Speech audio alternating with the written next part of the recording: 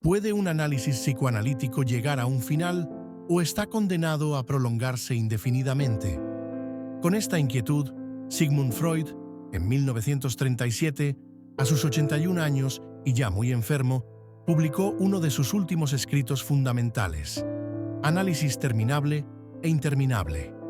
Este texto apareció en junio de ese año y fue, junto con Construcciones en el análisis, uno de los últimos aportes técnicos que Freud entregó en vida. Freud llevaba casi 20 años sin escribir un ensayo dedicado de forma estricta a cuestiones técnicas, pero aquí retoma de lleno un problema que había acompañado al psicoanálisis desde sus inicios. ¿Cuándo, cómo y bajo qué condiciones puede darse por concluido un tratamiento analítico? Contexto histórico y vital de la obra. En 1937, Europa estaba marcada por tensiones políticas que desembocarían en la Segunda Guerra Mundial. Freud, en Viena, sufría intensamente los dolores de su cáncer de mandíbula, pero seguía trabajando incansablemente. Este ensayo refleja tanto su madurez intelectual como una mirada crepuscular sobre la disciplina que él mismo había fundado. No es casualidad que aquí aparezcan algunas de sus reflexiones más descarnadas sobre los límites del psicoanálisis. El problema del final del análisis. Freud inicia el ensayo planteando la dificultad de establecer criterios claros para dar por terminado un análisis. Una de sus frases más conocidas de esta obra es: "El análisis es, en cierto sentido, interminable. Siempre queda algo por interpretar, algún resto inconsciente que no se agota". Aquí Freud introduce la tensión central. El psicoanálisis busca una cura, pero nunca puede garantizar una resolución absoluta de los conflictos inconscientes. Siempre habrá resistencias, restos pulsionales, mecanismos de defensa que permanecen activos. Resistencias y límites. Freud examina diferentes tipos de resistencias que hacen que el análisis se prolongue o incluso se estanque. 1. Resistencias del yo. Mecanismos de defensa que impiden que ciertos contenidos salgan a la conciencia. 2. Resistencias del ello, ligadas a la fuerza de las pulsiones, especialmente las sexuales y agresivas. 3. Resistencias del superyo, que aparecen como sentimientos de culpa, severidad moral o incluso una necesidad inconsciente de castigo. Freud reconoce que algunas de estas resistencias son tan profundas que el trabajo analítico puede reducirlas, pero nunca eliminarlas del todo. El papel del superyo y la compulsión de repetición.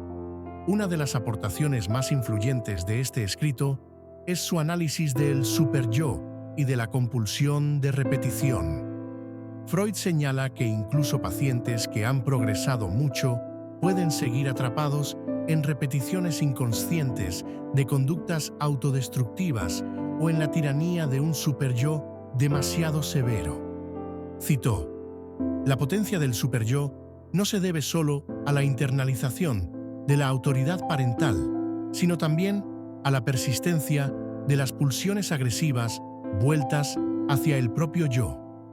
Esto significa que el sujeto puede continuar castigándose a sí mismo, incluso después de largos años de análisis, lo que hace interminable el trabajo. Terminable versus interminable.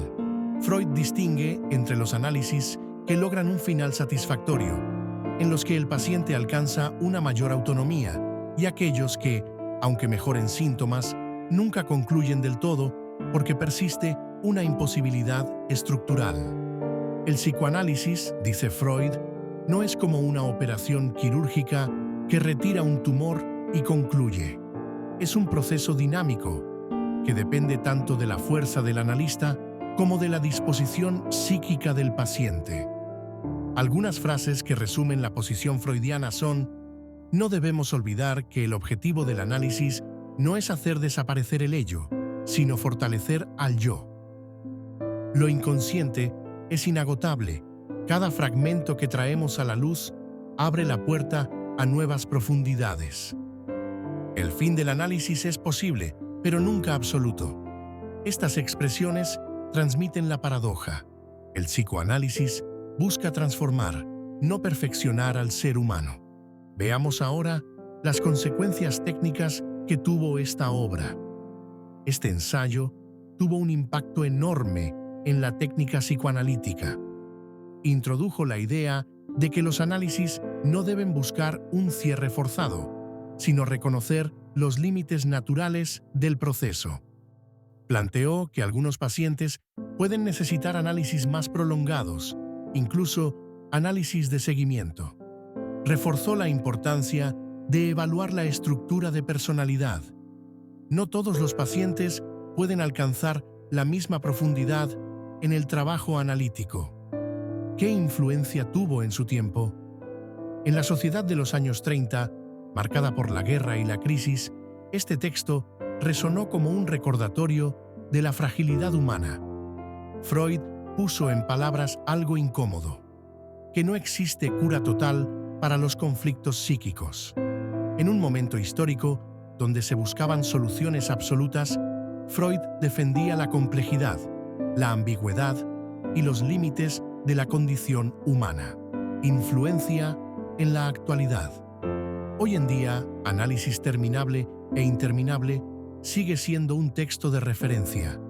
Muchas corrientes del psicoanálisis contemporáneo, como la escuela kleiniana, la francesa de Lacan o las corrientes relacionales, han retomado y debatido estas ideas. En la práctica clínica actual, la noción freudiana de que un análisis puede ser interminable se refleja en la diversidad de duraciones de los tratamientos. También anticipa debates actuales sobre la psicoterapia. ¿Es mejor buscar un alivio rápido de síntomas o un proceso más largo de autoconocimiento profundo?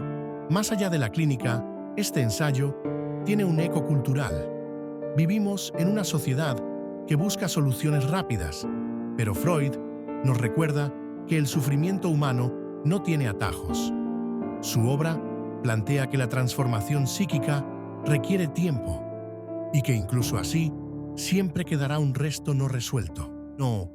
En conclusión, Análisis terminable e interminable no solo aborda una cuestión técnica, sino que se convierte en una reflexión filosófica sobre la condición humana.